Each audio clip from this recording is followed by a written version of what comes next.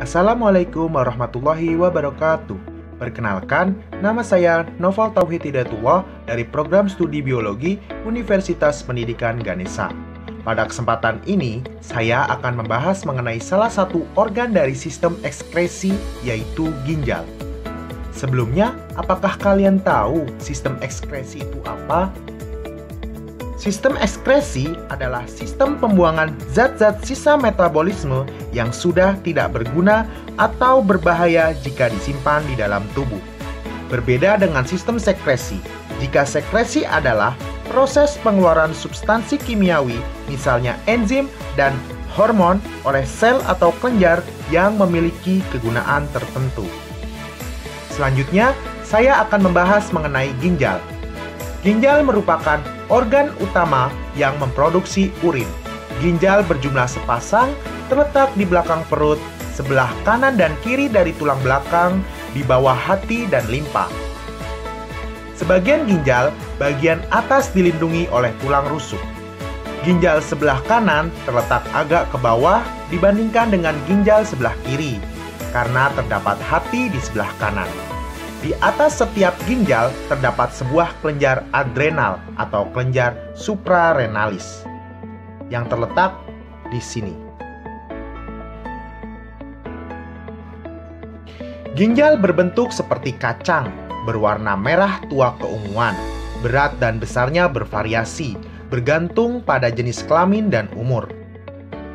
Ginjal pada orang dewasa berukuran panjang sekitar 11,5 cm, lebar 6 cm, dan tebal sekitar 2,5 sampai 3,5 cm. Ginjal memiliki 5 bagian. Yang pertama, lobus ginjal, yaitu bagian yang menyusun ginjal. Setiap lobus terdiri atas satu piramida ginjal, kolumna yang saling berdekatan, dan jaringan korteks yang melapisinya. Jadi, ini yang dinamakan lobus. Jadi, setiap satu lobus memiliki satu piramida, dan jarak antara lobus lainnya disebut kolumna. Berikutnya, hilus atau hilum adalah cekungan pada sisi medial yang membentuk bukaan pada ginjal sebagai tempat keluar masuknya pembuluh darah dan keluarnya ureter. Jadi, ini merupakan hilus dari jarak segini, hilus. Jadi bukaan untuk keluar masuknya pembuluh darah dan keluarnya ureter.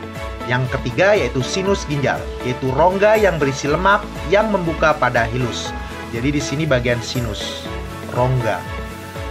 Dan yang keempat yaitu parenkim ginjal, merupakan jaringan yang menyelubungi struktur sinus ginjal. Jaringan ini terbagi menjadi dua bagian, yaitu korteks di bagian luar dan medula di bagian dalam. Korteks tersusun dari nefron-nefron. Jadi di setiap korteks ini terdapat nefron. Nefron-nefron ini merupakan unit struktural dan fungsional terkecil dari ginjal yang membentuk urin. Nefron memiliki dua komponen, yaitu komponen vaskuler atau pembuluh. Yang termasuk komponen vaskuler yaitu arteriola aferen, memiliki fungsi membawa darah ke glomerulus. Yang kedua yaitu glomerulus, memiliki fungsi menyaring plasma darah bebas protein ke dalam kapsula Bowman. Yang ketiga yaitu arteriola efferent, yang memiliki fungsi membawa darah dari glomerulus. Yang keempat yaitu kapiler peritubuler, memiliki fungsi untuk memberikan darah jaringan ginjal, berperan dalam pertukaran cairan di lumen bagian dalam tubulus. Yang selanjutnya yaitu komponen tubuler. Yang termasuk komponen tubuler yaitu kapsula Bowman, memiliki fungsi mengumpulkan filtrat glomerulus. Jadi kapsula Bowman ini menampung filtrat hasil dari glomerulus. Yang kedua yaitu tubulus contortus proximal, memiliki fungsi yaitu mereabsorpsi urin primer dan sekresi tidak terkontrol zat-zat tertentu. Yang ketiga yaitu lengkung Henle, memiliki fungsi mengatur tingkat osmotik darah dan hipertonik atau hipotonik urin. Yang keempat, tubulus contortus distal dan ductus collectivus, yaitu reabsorpsi terkontrol natrium plus dan H2O, sekresi kalium plus dan hidrogen plus. cairan yang meninggalkan ductus collectivus adalah urin yang masuk ke pelvis ginjal.